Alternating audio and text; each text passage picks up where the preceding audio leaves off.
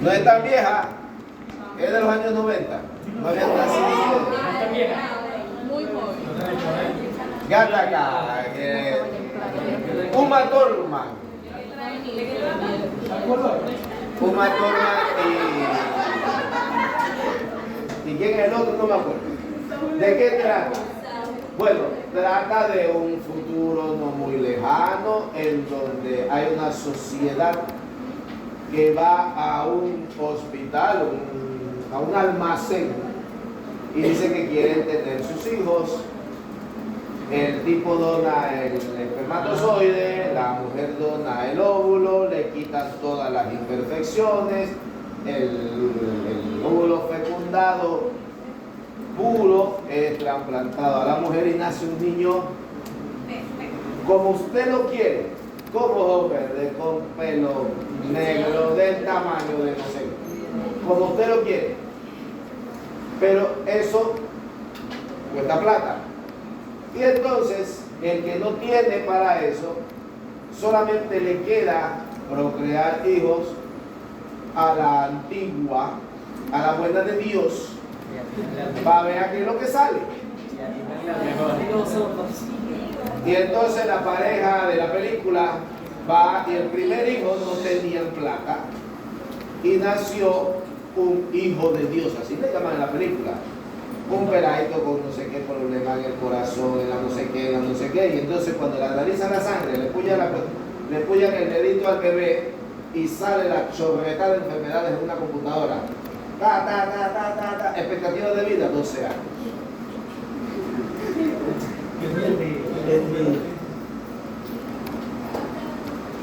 5 años después, o 3 años después, la pareja va, ahora ya están un poquito más económicamente y entonces nace un bebé perfecto. El cuento es largo, el bebé, el hijo de Dios termina siendo astronauta, se va al espacio y el hermanito, el perfecto, es un policía. Sin ánimo de decir que los policías, pero entre policía y astronauta, el tipo hace un par de trampas para poder lograr. Pero por ahí va la cosa, por ahí va la historia de la película. Eso es lo que quiere la genética y la medicina. Ya, voy a seguir, porque hablo mucho. El dogma central de la biología molecular, ¿ustedes saben cuál es? ¿Cuál es el dogma central? Un dogma es una cosa que no se puede refutar. La biología molecular tiene un dogma que hasta se refutó en los años 80 y se logró saber que sí estaba mal. Bueno, el dogma habla del código genético. Aquí. Este es el dogma de la biología molecular, de la genética. El ADN se puede replicar, copiarse. Eso está demostrado porque antes de la mitosis hay una etapa previa llamada... Sí, pero eso en conjunto se llama interfase. Interfase. Y ahí hay varias subetapas, S1, S, S2, una cosa así. Y en una de esas etapas el ADN se replica. Es decir, usted tiene una cadena mamá, y de repente queda una cadena hija. Cosa de que cuando la célula se divide, cada una queda con una copia igualita. El ADN se replica y después la información de ese ADN se pasa al ARN, se copia la información y el ARN sale del núcleo, porque el ADN está en el núcleo. El ARN sale del núcleo y va a los ribosomas, en donde esa información se traduce en una proteína. En los años finales de los 70, 80, por ahí, no me acuerdo exactamente dónde, se refutó y los genetistas y los biólogos se arrancaban las vestiduras porque eso no podía ser cierto. Había un tipo, no me acuerdo los nombres, que descubrió los rinovirus, virus que tienen su información genética en un ARN y no en ADN. Y esos virus, cuando entran al cuerpo, son capaces, con una enzima llamada transcriptasa inversa, de copiar la información genética del ADN del huésped, del hospedador. De mí, pues yo me contagio con H1N1. Y el mismo virus copia la información genética a través de esa enzima y lo convierte en ADN. Y eso no puede ser.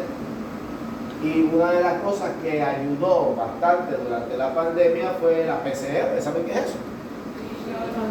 La reacción en cadena de la polimerasa. ¿Y eso qué es? Agarrar el ARN del núcleo del virus, sintetizar a partir de él el ADN y poder identificar el virus y poder hacer una vacuna. Aunque como ya los rinovirus se conocían, ya la vacuna estaba bien adelantada, nada más faltaba parte de la información genética. Por eso la vacuna duró tan poquito tiempo en llegar, si no todavía estuviéramos encerrados. Una vacuna antes de los avances tecnológicos, una vacuna demoraba 20 años. 20 años. Las primeras vacunas demoraron 30. Ok. Entonces, después de todo ese bla bla bla, vamos a aterrizar. Replicación del ADN.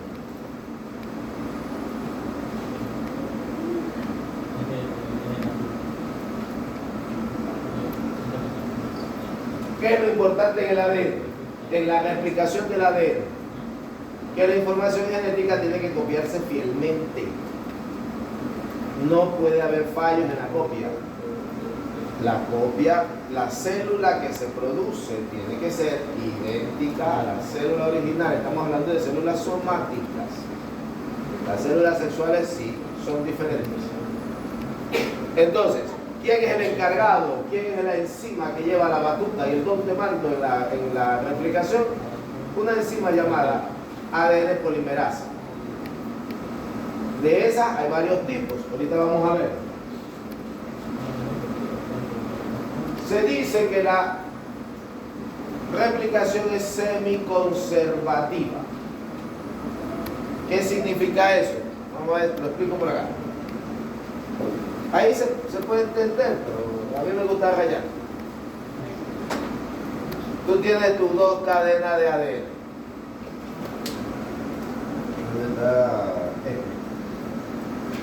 Aquí están tus dos cadenas de ADN. Para que la semiconservativa, que en su estoy, significa que ella se va a partir por la mitad y entonces cuando se parte quedan los dos fragmentos, se separan y entonces se sintetiza una nueva aquí y una nueva acá. Semiconservativo porque se conserva, esta es original y esta es original. Estas dos son nuevas. Semi que se conserva la mitad, pues. Hay algunos organismos cuya la replicación de esos organismos es conservativa. Es decir, en esos organismos usted tiene las dos cadenas originales y se sintetizan desde 0 dos cadenas sin tocar esa. Entonces esta está conservada, intacta. Y de ahí viene el nombre, conservativo. Pero nosotros nos vamos a dedicar a la semiconservativa, que es el caso del ser humano. Hay otras opciones, pero no nos vamos a meter en esas. ¿Qué necesito para que se replique el ADN? Hay un montón de cosas. Un montón de proteínas y un montón de enzimas. Empezando por la proteína de iniciación. Proteínas llamadas ADNA, ADNB, ADNC, HU, N, N', N2' y proteína I. Toda esa chorreta de proteínas son necesarias. Ahorita vamos a ver dónde entran cada una de ellas. Se conoce el funcionamiento de algunas y otras se sabe que están ahí y no se sabe para qué sirven. Y simplemente se les llama ayudantes en la replicación. no tienen una función específica. También tenemos enzimas llamadas helicasas 2 y las proteínas REP, que también tienen su función. Ahorita vamos a ir viendo detalladamente. Ahí te dicen qué hacen, desarrollan el ADN. Ahorita vamos a ver dónde y cómo. Proteínas de unión a cadena sencilla, las SSB. Esas proteínas que hacen, desestabilizan el ADN, porque el ADN viene enrollado. Entonces cuando él se empieza a abrir, se crean unas tensiones. Ellas llegan y, cálmate, le dan pañito de agua tibia para que se relajen y la hebra no se parta. Entonces, también tenemos topoisomerasas, que son las que van agarrando la cadena y uniéndola cuando ellas se desestabilizan y las van compactando. Las primasas, la ADN es polimerasas 1, polimerasas 2 y polimerasas 3. Vamos a ver, y la ligasa por último, vamos a ver todo ese montón de cosas, para qué sirve y dónde entra. Todo eso es necesario. El proceso se puede resumir en unas cuantas etapas. Es sumamente complejo, pero podemos resumirlo. Primero hay que encontrar un lugar de origen donde va a empezar la replicación. Imagínate que tienes la cadena así, ellas están unidas aquí por las bases nitrogenadas, pues la proteína, hay una proteína que tiene que encontrar un punto de origen. Y ahí donde se encuentra el punto de origen se empieza a abrir la cadena. Después de eso tiene que sintetizarse un cebador. Y ahorita explico cada paso. Después de que se sintetiza el cebador, hay que unir los fragmentos de Okazaki. Ya vamos a ver eso qué es. Y por último, tenemos que, cuando la molécula se va sintetizando, la nueva ADN, se va súper enrollando. Tú has visto, yo creo que he puesto ese ejemplo anteriormente, pero es un buen ejemplo para entender esto del súper enrollamiento. Tú has visto las madejas de lana. La madeja de lana viene muy bonita enrollada. Pero si tú la desenrollas, tú eres capaz de volverla a enrollar como quedaba. Como vino. La madeja de lana viene de este tamaño y tú la desenredas y la vuelves a enrollar y te queda de este tamaño. Claro, eso lo hace una máquina. Pero para entender el concepto del superenrollamiento, cuando la molécula se empieza a sintetizar el nuevo ADN, se enrolla, se forma un masacote. Hay que evitar que eso se forme así y que la cadena vaya nuevamente en la forma del ADN tridimensional, esa que nosotros conocemos. Entonces, esas pueden ser las etapas. Y entonces aquí viene la primera etapa. Voy a patentizar esta imagen. Esta imagen es de mi autoría. Todavía no me quedan bien las líneas con la tablet, pero estoy en proceso de aprender mejor. A ver, primera etapa de la replicación. La replicación siempre es bidireccional y siempre va en el sentido 5', 3'. Acuérdate que es eso de 5', 3'.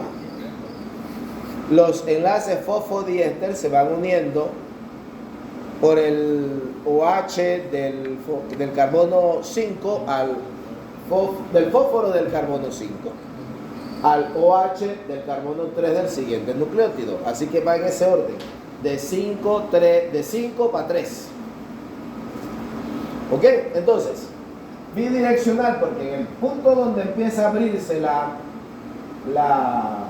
cadena, una cadena se va a sintetizar en ese sentido y la otra se va a sintetizar de ahí para atrás en sentido. De todos modos, 5', 3', Porque la cadena de arriba va para 5 a 3 y la de abajo va de 5 a 3. Pero en el punto donde inicia, una coge para allá y la otra coge para acá. Una se llama cadena continua porque los nucleótidos se van pegando sin ninguna interrupción.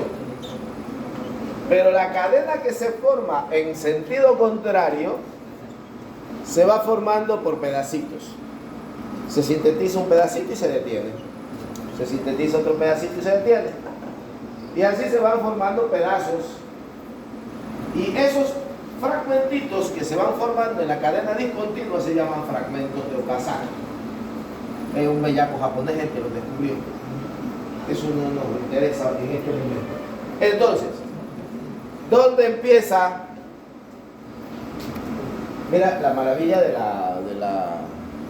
la maravilla del cuerpo humano, la maravilla de la vida, porque esto pasa también en otros organismos que no son una bacteria, realiza todo esto.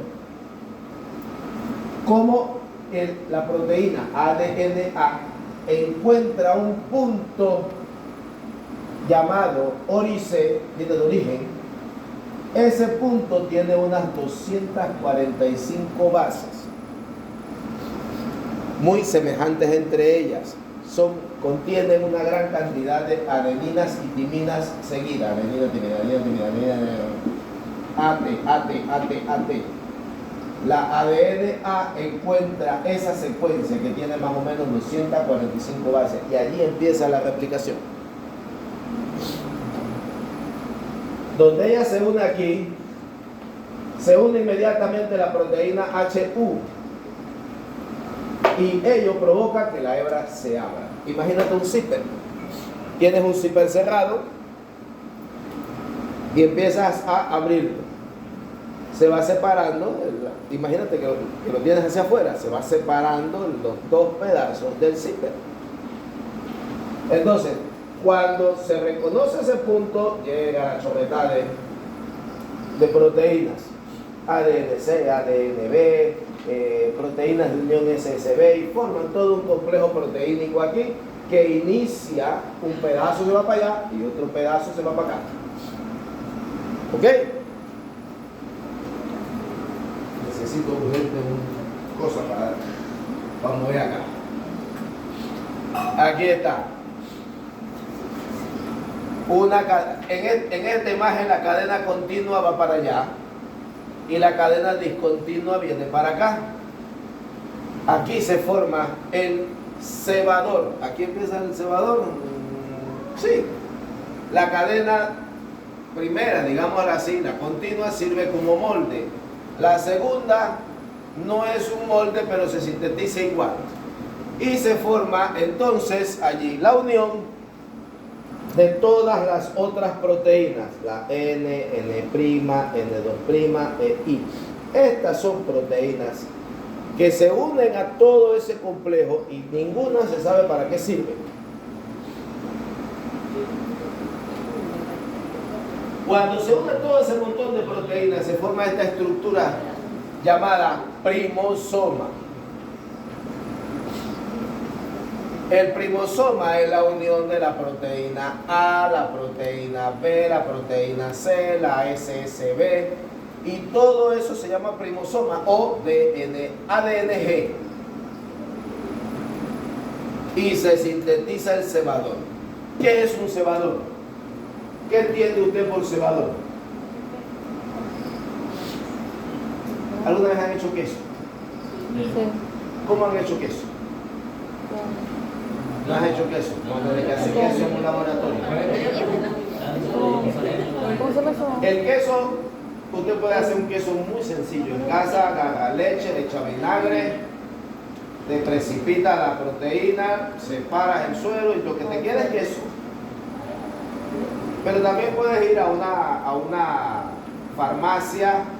Generalmente las farmacias agropecuarias son las que venden eso. Y compras un pedacito de tripa que se llama cuava. Ya no venden la tripa, ya ahora te la venden líquida o te venden una pastilla.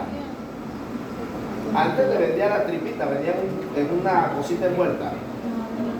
El cuajo es un pedacito del tercer estómago de la vaca. Y eso se secaba, se ponía al sol y se metía en la leche, y eso contenía unas enzimas que bajaban el pH de la leche y precipitaban la proteína y se hacía el queso. El cuajo es un cebador. El vinagre es un cebador.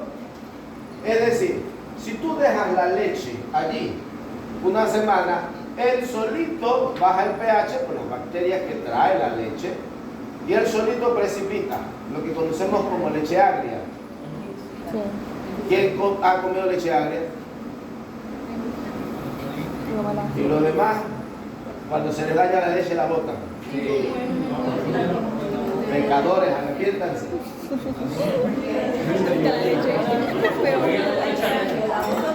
La leche agria no es leche dañada, por Dios. No. La leche agria es una leche que por un proceso normal y natural, las bacterias provocaron la fermentación bajo el pH porque se produce ácido láctico, precipita la proteína, no la bote, saque el suero, écheselo al arroz y lo que está abajo, póngalo en un colador con un trapo limpio, exprímalo y lo que le queda es queso, aplástelo, métalo en un moldecito y te sale queso rallado. Se lo voy a hacer con bioquímica de alimentos. Entonces, ¿por qué traigo eso? ¿Por qué meto eso aquí? Para entender el concepto de cebador. Sin el vinagre, la leche no precipita. Sin el cuajo, la leche no precipita. Sin el cebador, nada se sintetiza. Puede tener todo esto aquí, pero necesito un cebador para poder empezar a sintetizar la nueva cadena. ¿El cebador qué es? Una molécula de ARN que ya tiene sus propias bases nitrogenadas. Tú sabes que el ARN tiene adenina, tiene uracilo, tiene guanina, tiene citosina, tiene otro uracilo. Bueno, ese pedacito de ARN que tiene aproximadamente entre 5 y 25 bases nitrogenadas, viene y como se separaron las cadenas, él va colocando los complementos. Si aquí era guanina, el cebador coloca citosina y va formando la cadena. Pero aquí hay un detalle muy importante. Como es ARN, si aquí tienes una adenina, ¿a quién va a colocar el cebador? Uracilo. Y la cadena que se va a ir formando tiene uracilos. ¿Cómo es eso posible? Si lo que estoy sintetizando es ADN. Espérate, ahorita vamos a arreglar eso, no te preocupes. Eso se arregla ahorita, fácilmente. Entonces, se produce el cebador y el cebador empieza a sintetizar la nueva cadena. El cebador solamente va en la cadena complementaria. En la cadena original no hay cebador. ¿Ok? Y entonces aquí entran en acción las ADN polimerasa. La ADN polimerasa es la que se encarga entonces de ir uniendo todos los demás. El cebador ya cumplió su función. El cebador pega las primeras y como que arranca la cosa. Y después entra la ADN polimerasa. Esa enzima sí va pegando. Entonces, todos los nucleótidos complementarios va sintetizando.